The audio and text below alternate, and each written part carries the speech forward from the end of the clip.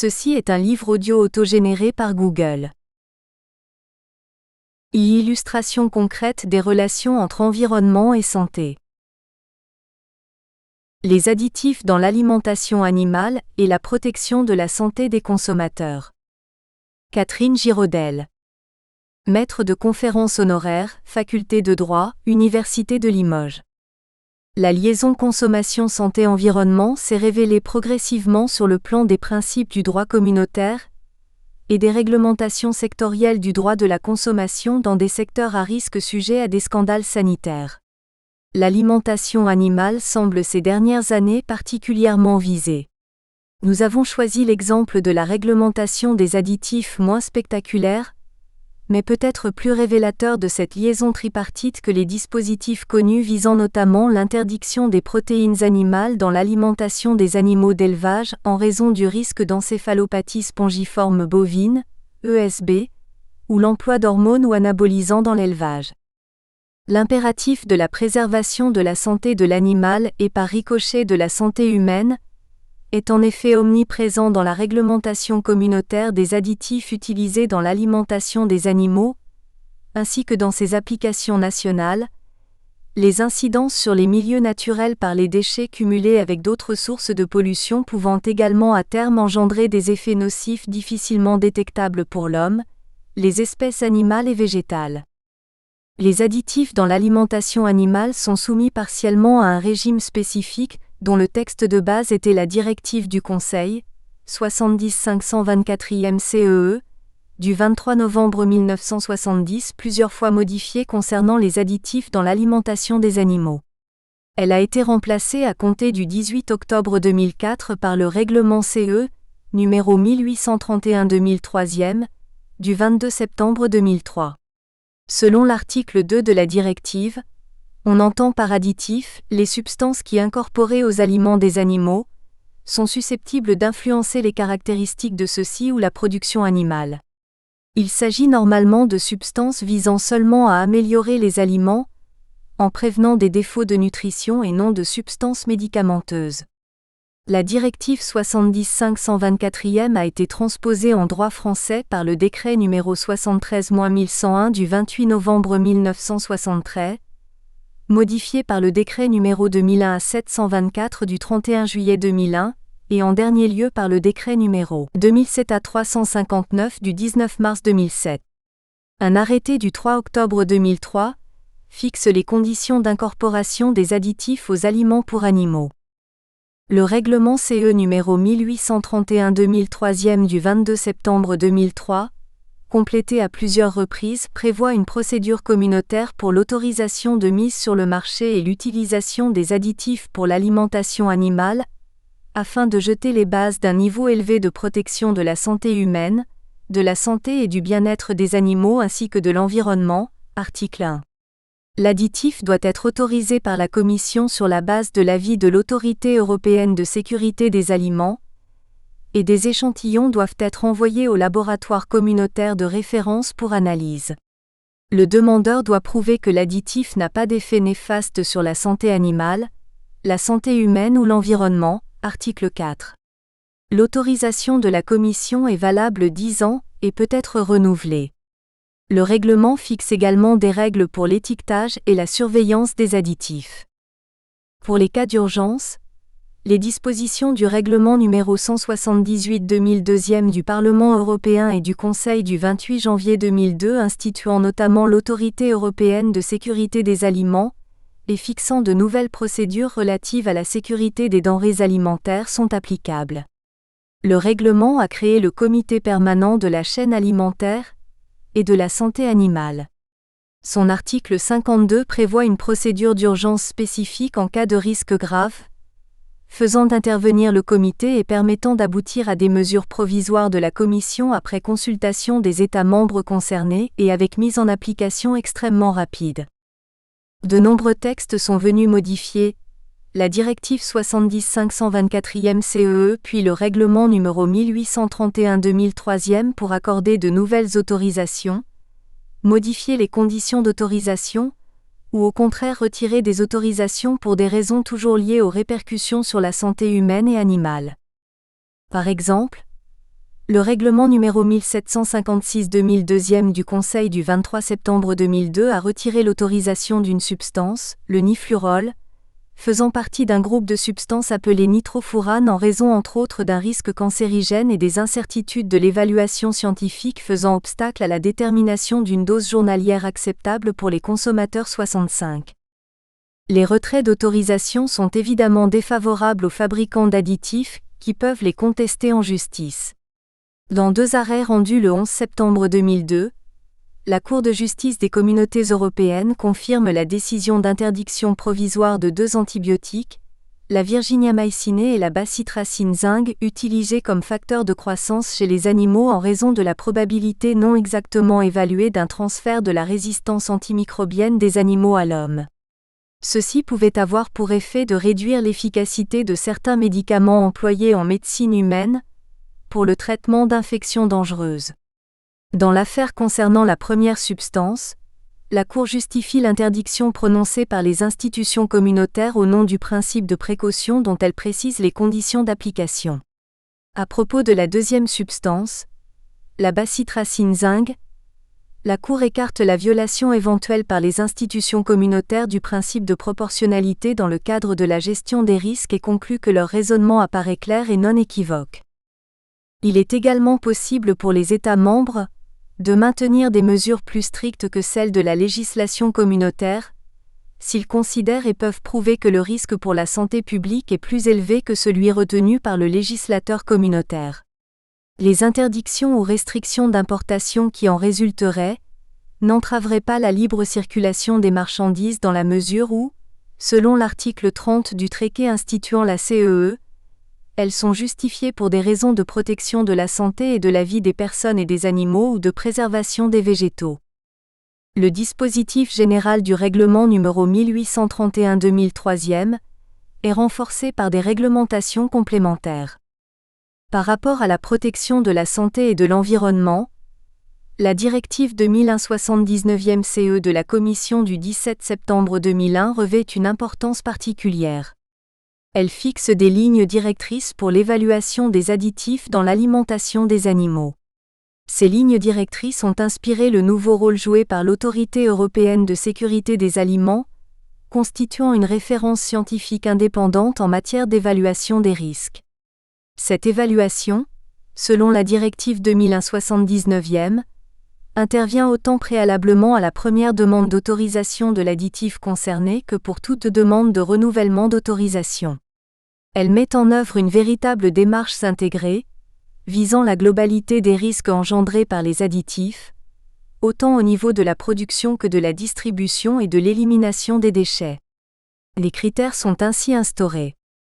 Relatifs aux personnes susceptibles d'être exposées à l'additif, travailleurs et utilisateurs, par inhalation ou par contact avec la peau, les muqueuses ou les yeux, en manipulant celui-ci en l'état ou incorporé au pré-mélange ou aux aliments des animaux. Relatif à l'évaluation des risques pour les animaux et les consommateurs, relatif au transfert éventuel de gènes de résistance aux antibiotiques, relatif à l'évaluation du risque environnemental, que l'additif ait un effet dommageable sur l'environnement découlant de l'additif proprement dit ou de ses produits de dégradation, soit directement, soit par les excréments rejetés par les animaux dans l'environnement.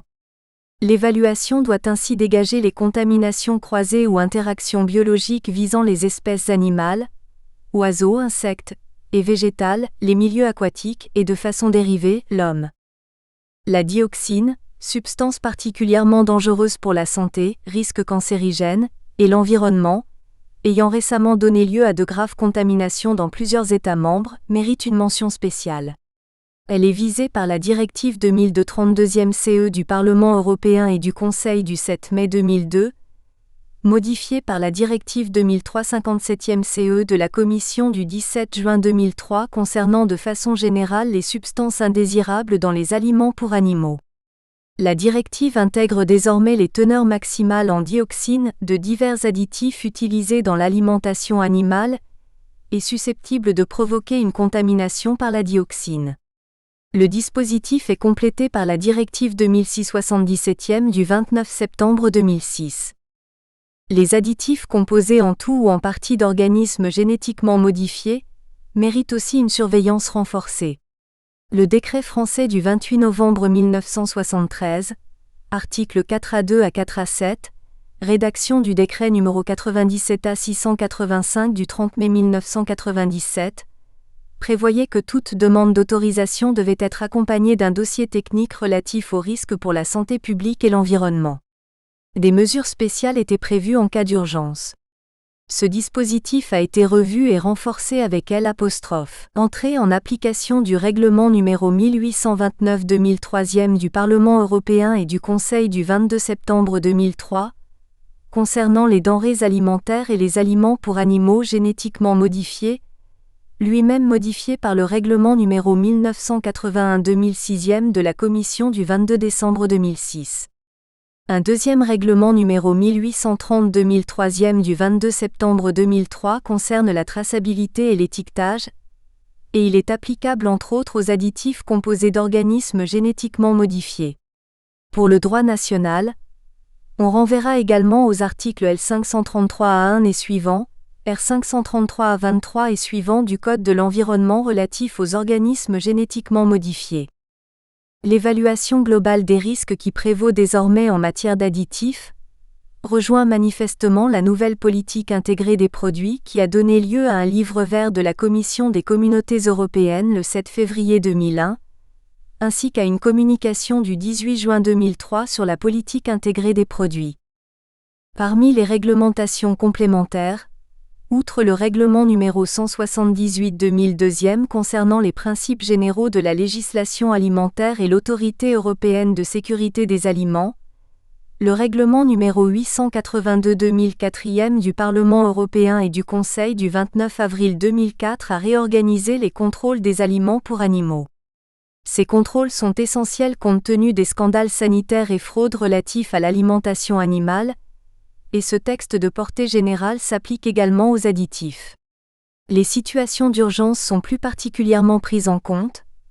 Plan d'intervention définissant les mesures à prendre, obligation pour les États membres d'organiser un plan de contrôle national pluriannuel intégré, mesures coercitives communautaires lorsque le système communautaire d'un État membre présente de graves lacunes. Des dispositions strictes sont également prévues concernant les produits provenant de pays tiers. De nouveau d'ailleurs, l'Europe se démarque par rapport à l'Amérique si l'on en juge la récente affaire des poulets chlorés américains pour lesquels un projet de règlement envisageait de lever une interdiction d'importation effective depuis 1997. À la suite de l'opposition exprimée par le Parlement européen le 19 juin 2008, on peut penser ou espérer que ce projet n'aura pas de suite et saluer de façon générale l'action efficace des associations de consommateurs pour éviter des dérives sanitaires et ou environnementales de plus ou moins grande ampleur. Pesticides et environnement, les quantités, les effets et l'avenir. Guy Jamet, ingénieur DGCRRF. Les pesticides intriguent nombre d'entre nous et interpellent au même titre que les OGM. Ils ne vont pas toujours les uns sans les autres. Que veut dire pesticide ? Pesticide est un terme franglais qui signifie tueur de peste que l'on pourrait traduire par tueur de ravageurs en français. C'est un produit pour éliminer un fléau. Cette définition suscite un faisceau de questions. Pourquoi ? Où ? Combien ? Comment ? Et pourquoi pas ? Ah pourquoi ? Il est facile de répondre qu'il existe de nombreux fléaux sur les végétaux ou des maladies touchant l'homme directement.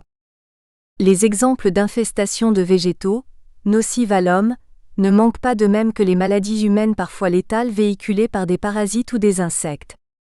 Les pesticides sont ni plus ni moins des médicaments des plantes, voire des auxiliaires de l'homme. Ne prenant que ce qui nous entoure en Alsace, il est facile d'évaluer la pression des pesticides. Les 4 diapositives suivantes traduisent respectivement la pression des maladies, sachant que le premier nombre de la parenthèse indique le nombre de maladies jugulées, le second le nombre de maladies non traitables. Le nombre de spécialités commerciales, utilisables par catégorie de maladies sur un végétal donné. Le nombre de matières actives entrant dans les spécialités ci-dessus. La nature par famille chimique prépondérante. Cette approche nous montre la pléthore de moyens pour combattre les fléaux. Comment cette multitude de produits est-elle disponible, au gré du besoin, à l'envi, sans encadrement? Non, au contraire, une législation exigeante, rigoureuse, équitable fonde leur existence. Cette diapositive relate les critères essentiels. Il existe d'autres dispositions applicables à des cas plus particuliers. La directive 91/414 définit l'AMM ou autorisation de mise sur le marché et ne reflète que les exigences scientifiques auxquelles doit satisfaire un pesticide. Inutile d'exposer la procédure complexe que doit suivre un demandeur d'AMM pour un produit pertinent. La procédure équitable protège la propriété de la demande et prévoit les recours possibles en cas de distorsion. Un concept particulier lié à la culture biologique offre une autre idée du pesticide. L'AMM ne se borne pas à définir un produit, mais limite aussi les usages vis-à-vis des végétaux et la quantité à employer. Dépendant de nombreux facteurs, les doses applicables sont définies au volume ou à la surface. D'autres produits, présentés ici, ont une législation plus floue, bien que les produits pour le jardin tendent à être mieux encadrés. À ce stade, les pesticides sont manipulés en quantité facilement appréciable, palpable et visible. Le mode d'application montre que le pesticide ne tombe pas que sur le végétal. Une quantité non négligeable rejoint immédiatement le sol ou l'air environnant, même lors d'applications scrupuleuses. Le médicament devient un polluant. Cette proportion est véhiculée par les agents atmosphériques et accumulée un peu partout. Il est donc nécessaire de connaître l'impact de ces pesticides. Le premier paramètre exigé par l'AMM est la toxicité mesurée par DL50 administrée à un individu considéré, ou CL50 dispersé dans le milieu où vit l'individu considéré, entraînant la mort de la moitié du lot. Ces valeurs varient suivant les produits et la sensibilité des individus. Plus la valeur est élevée, moins le produit est toxique. Cependant, il est facile d'imaginer la présence de ces résidus en quantité faible sur ou dans les végétaux un certain temps après traitement. Cette diapositive montre un aperçu des quantités retrouvées pour quelques matières actives rencontrées. Les valeurs rencontrées n'ont aucune dimension comparable avec les doses appliquées. Du kilogramme on passe au milligramme voire au microgramme, soit un facteur de 1 million à 1 milliard. Quels effets produisent ces faibles quantités autour de nous? Le fait d'apporter un produit étranger dans une culture laisse penser que l'on peut le retrouver à un moment ou à un autre. Les propriétés physico-chimiques des matières actives et la biologie des végétaux contribuent à diversifier les teneurs en résidus. Le législateur a pensé définir des limites maximales de résidus tant au niveau national qu'européen, par voie d'harmonisation. Les textes applicables au quotidien. Les valeurs pratiques. Ces faibles quantités ne sont accessibles que grâce à une technique rodée et adaptée aux produits, et parfois aux végétaux. Ces 3 dernières diapositives indiquent les caractéristiques essentielles des techniques utilisées et leur domaine capacité, les qualifications du matériel et la méthodologie de travail pour affirmer la présence et la quantité du pesticide qui entraînera ou non un contentieux, mais aussi permettra d'évaluer le potentiel de résidus. Ces méthodes, aussi précises, fiables et consensuelles soient-elles, ne permettent pas de tout contrôler. Quelques points ou lacunes sont à améliorer. Les organismes nationaux ou européens de normalisation tentent de produire des normes pour affirmer la véracité des résultats d'analyse afin de limiter l'incertitude des mesures. Fixer des limites sans considérer les capacités instrumentales ne contribuera pas plus à la réduction des pesticides qu'à la compréhension des conséquences des doses faibles disséminées autour de nous. Abaisser indéfiniment les limites de tolérance, sans considération des capacités analytiques et des incertitudes de méthode, ne pourrait être un facteur efficace sur la non-prolifération des pesticides. Mais l'élimination totale des pesticides n'est guère pensable de par la directive 91/414, qui ne préconise l'usage de pesticides que dans des cas ultimes. La notion de destruction des fléaux est abandonnée au profit du maintien d'un potentiel maîtrisé de ravageurs ou des fléaux. La directive 91/414 pose le principe essentiel de précaution quant à l'usage du pesticide dans le respect des ravageurs, des auxiliaires et de l'environnement tout en minimisant les dommages économiques. Le règlement biologique autorise 2 pesticides. La Suisse découvre les LMR bio. Les nuisances sonores, un problème de santé publique. Véronique Jaworski. Maître de conférence, Université Robert Schumann Strasbourg. Alors qu'il était en studio pour l'enregistrement d'un album de Bernard Lavilliers, l'ingénieur son envoya à J. Monsieur Hauser, illustre Session Man, un violent 4000 Hz à travers le réseau casque. Cette fréquence aiguë au niveau intolérable heurta ses tympans telle une claque foudroyante, impardonnable et destructrice. Depuis ce jour, notre ami vit constamment avec un 4000 Hz de 80 décibels dans les oreilles, ce que l'on appelle avoir les oreilles qui sifflent ou encore un acouphène. Il a eu recours à toutes les formules médicales existantes. Bilan : il s'est soulagé d'une somme d'argent colossale sans qu'aucune amélioration n'en résulte. Ce dont il souffre est encore plus violent qu'un acouphène. Un des éléments de son oreille interne, plus précisément sa cochlée, est victime d'une lésion. C'est à présent le terme d'hyperacousie qui est employé au sujet de cette pathologie. Il n'est pas atteint de surdité, mais il entend constamment cette fréquence aiguë à un haut niveau sonore. Imaginez son comportement lorsqu'un objet métallique chute sur un sol en carrelage. Cela surexcite son nerf auditif, telle une brûlure très profonde, pouvant provoquer un évanouissement. Cet exemple, certes particulier puisqu'issu du milieu de la musique, est néanmoins très révélateur des dégâts irréversibles que peut causer un haut niveau sonore. Mais point n'est besoin de travailler dans le monde de l'enregistrement de la musique pour subir ou connaître les effets nuisibles que peut causer le bruit sur la santé des personnes, suite à un niveau sonore trop élevé ou à une durée d'exposition trop longue. Le bruit peut devenir la pire des nuisances parce qu'il atteint l'homme dans ce qu'il a de plus précieux, sa santé et sa qualité de vie. Ses conséquences sont nombreuses et parfois graves, au point de parler de fléau social, qui coûterait environ 125 milliards de francs par an à la collectivité, près de 19 milliards d'euros. Selon le rapport de B. Hugo, l'incidence du bruit sur la santé est estimée par les chercheurs à 25 milliards de francs, près de 4 milliards d'euros, soit l'équivalent du tabagisme, et son coût social à 100 milliards de francs, plus de 15 milliards d'euros. Tous les sondages et enquêtes le confirment. Le bruit est devenu la première nuisance de la vie quotidienne dont se plaignent les Français, 40%, que ce soit à la maison, sur le lieu de travail, dans la rue, dans le ciel, loin devant la pollution de l'air, 18%. Plus de 6 millions d'entre eux vivent dans un environnement trop bruyant qui perturbe leur sommeil. Les nuisances sonores seraient la cause de 20% des hospitalisations psychiatriques. À la différence d'autres formes de pollution, le bruit n'affecte aucune ressource, air, eau, sol. Les émissions sonores exercent leur effet directement sur la personne. Et le constat est alarmant, le bruit ravage la santé. En effet, si des incertitudes scientifiques demeurent, toutes les études confirment aujourd'hui que le bruit ne cantonne pas ses effets à l'appareil auditif, mais affecte l'ensemble de l'organisme. Outre les effets spécifiques sur l'oreille, se traduisant par la perte d'audition qui peut être passagère, fatigue auditive, ou irréversible et inguérissable, surdité, lorsque le niveau sonore atteint une certaine intensité, le bruit provoque des effets psychologiques et physiologiques à des niveaux modérés non traumatisants pour l'oreille qui sont ceux de la vie de tous les jours. Il agit ainsi sur le système nerveux et cardiovasculaire, notamment sur le rythme cardiaque et la tension artérielle, perturbe le fonctionnement de l'appareil digestif et nuit à la perception visuelle.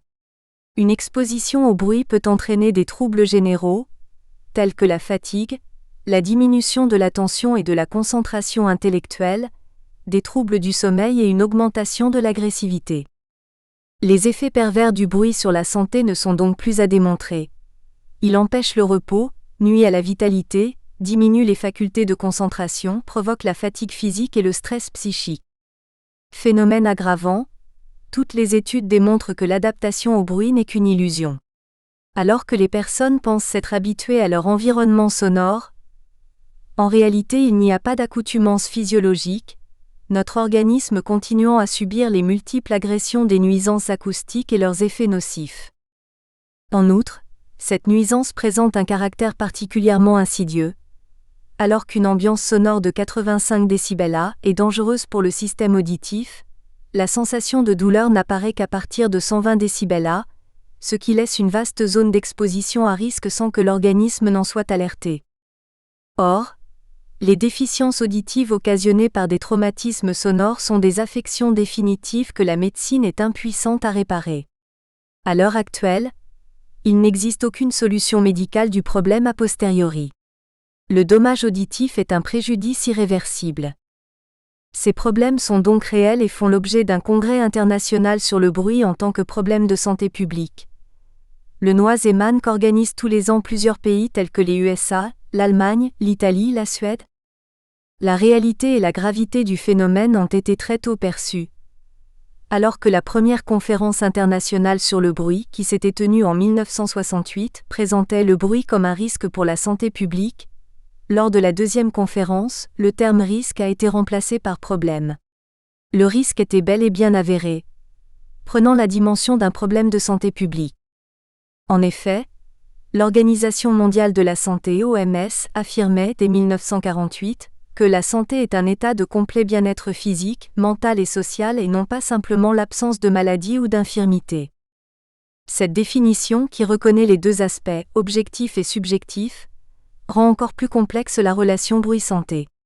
Si l'on considère que le bruit ne permet pas d'atteindre un état complet de bien-être physique, mental et social, alors cette nuisance dépasse le phénomène de société et son enjeu de qualité de vie pour devenir une question de santé, et plus encore de santé publique, compte tenu de l'étendue de la contamination, de sa propagation au sein de la population.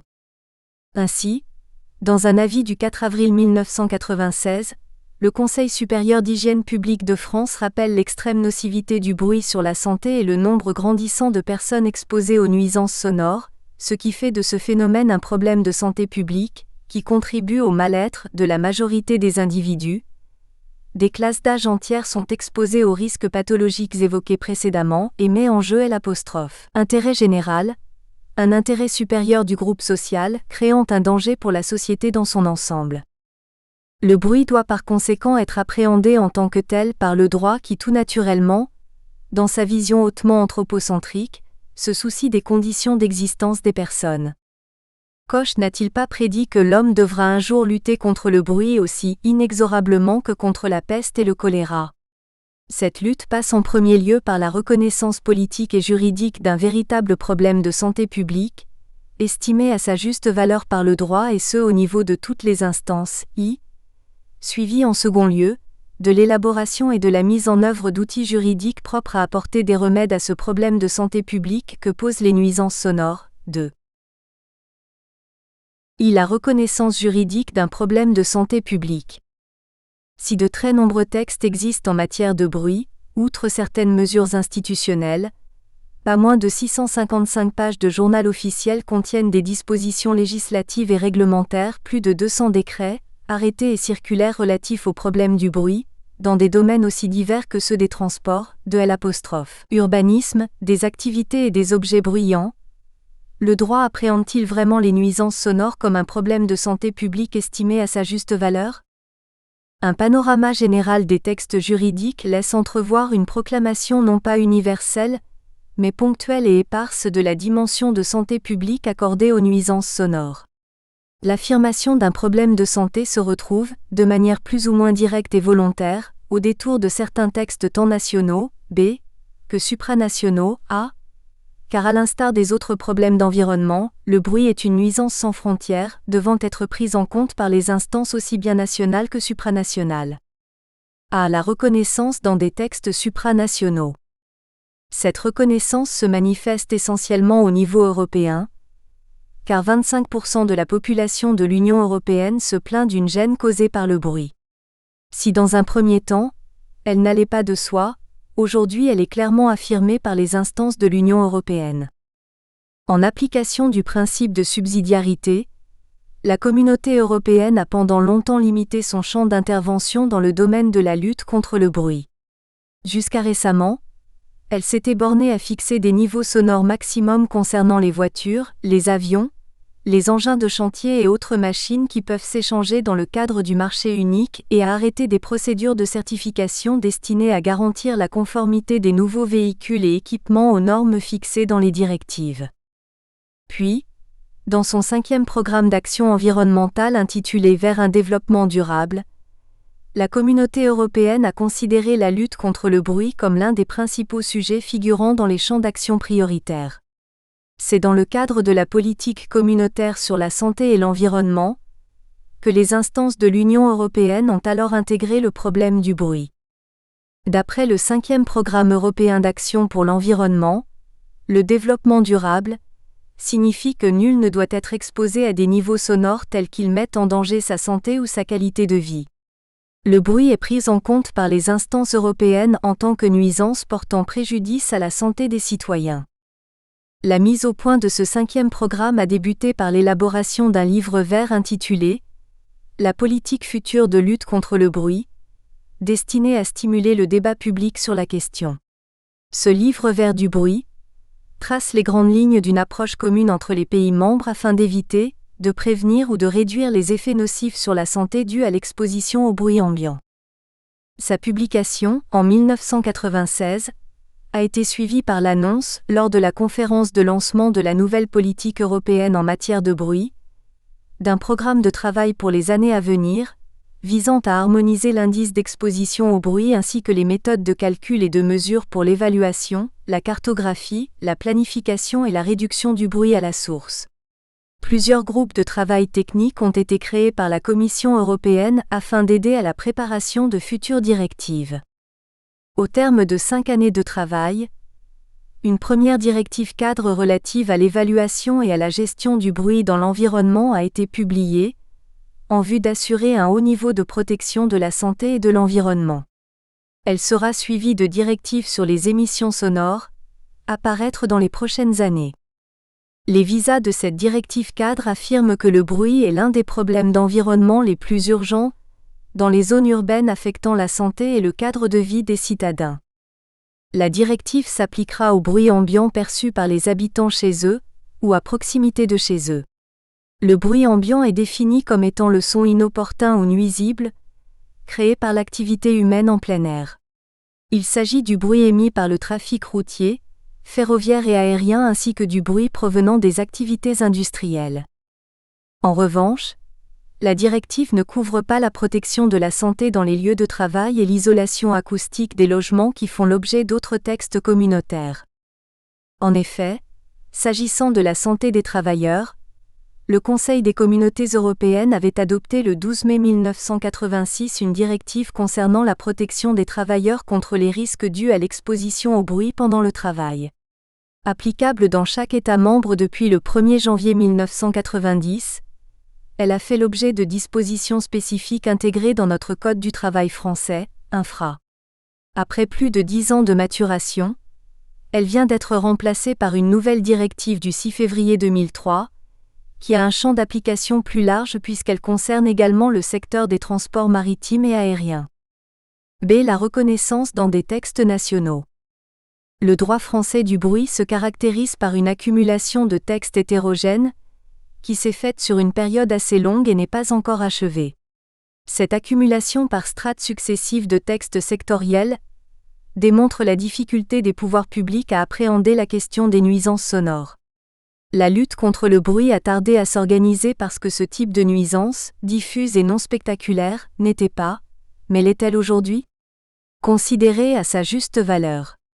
Pendant longtemps, les décideurs institutionnels comme la population, y compris les victimes, identifiaient le bruit à la vie moderne, à un mal nécessaire et inévitable de la société de consommation, voire le symbole au progrès qui facilite les déplacements, diminue les temps de transport et remplace la force humaine et animale par des machines.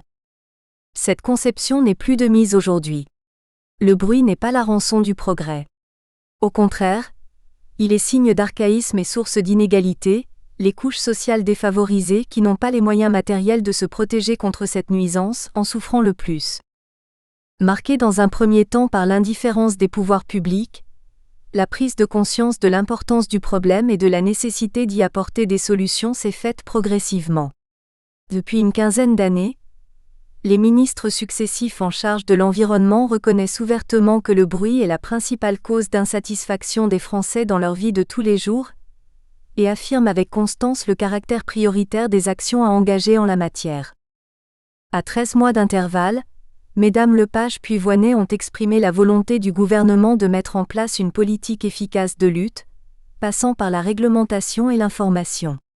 Relançant l'action de l'État dans ce domaine, un plan national d'action contre le bruit a été élaboré par le ministère de l'Écologie et du Développement durable autour de 3 axes.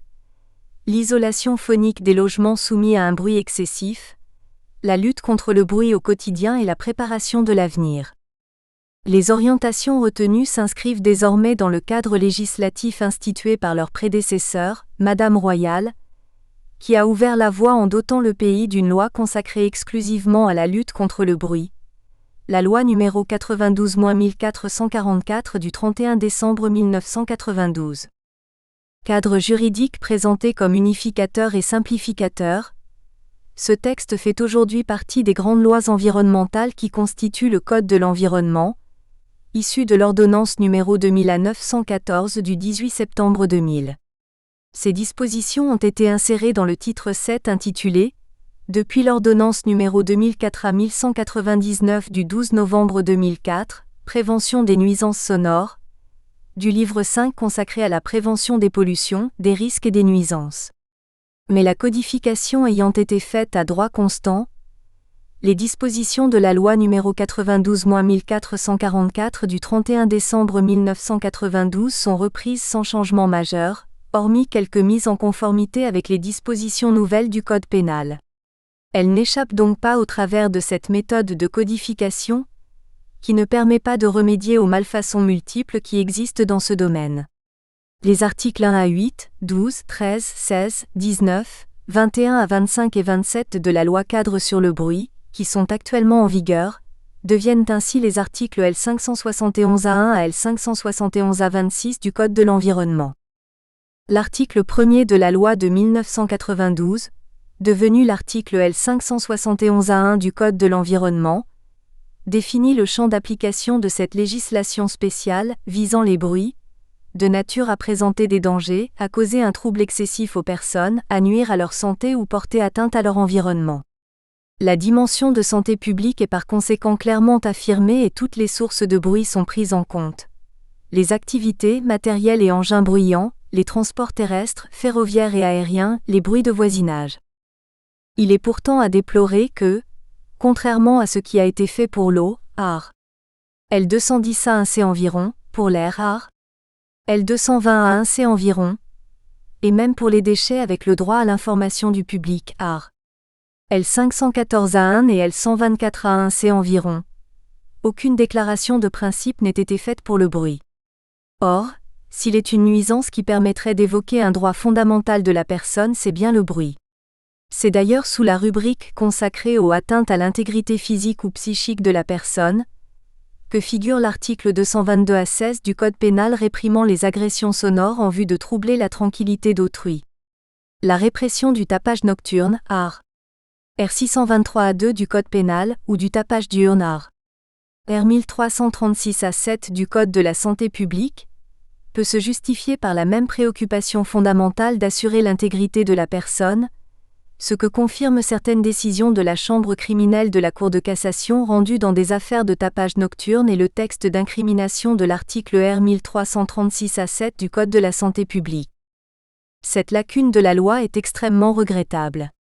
Elle l'est d'autant plus que la disposition que le législateur aurait pu adopter en matière de bruit aurait coïncidé avec la reconnaissance d'un des rares droits qui pourrait se voir conférer une valeur constitutionnelle en matière de protection de l'environnement, tel que présenté dans le projet de loi constitutionnelle relatif à la Charte de l'environnement qui proclame dans son article 1er que « Chacun a le droit de vivre dans un environnement équilibré et favorable à sa santé ». L'article 1er de la loi de 1992, AR. L571 à 1C environ.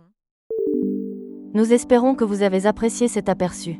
Pour continuer à écouter ce livre audio sur Google Play Livres, utilisez le lien dans la description de la vidéo.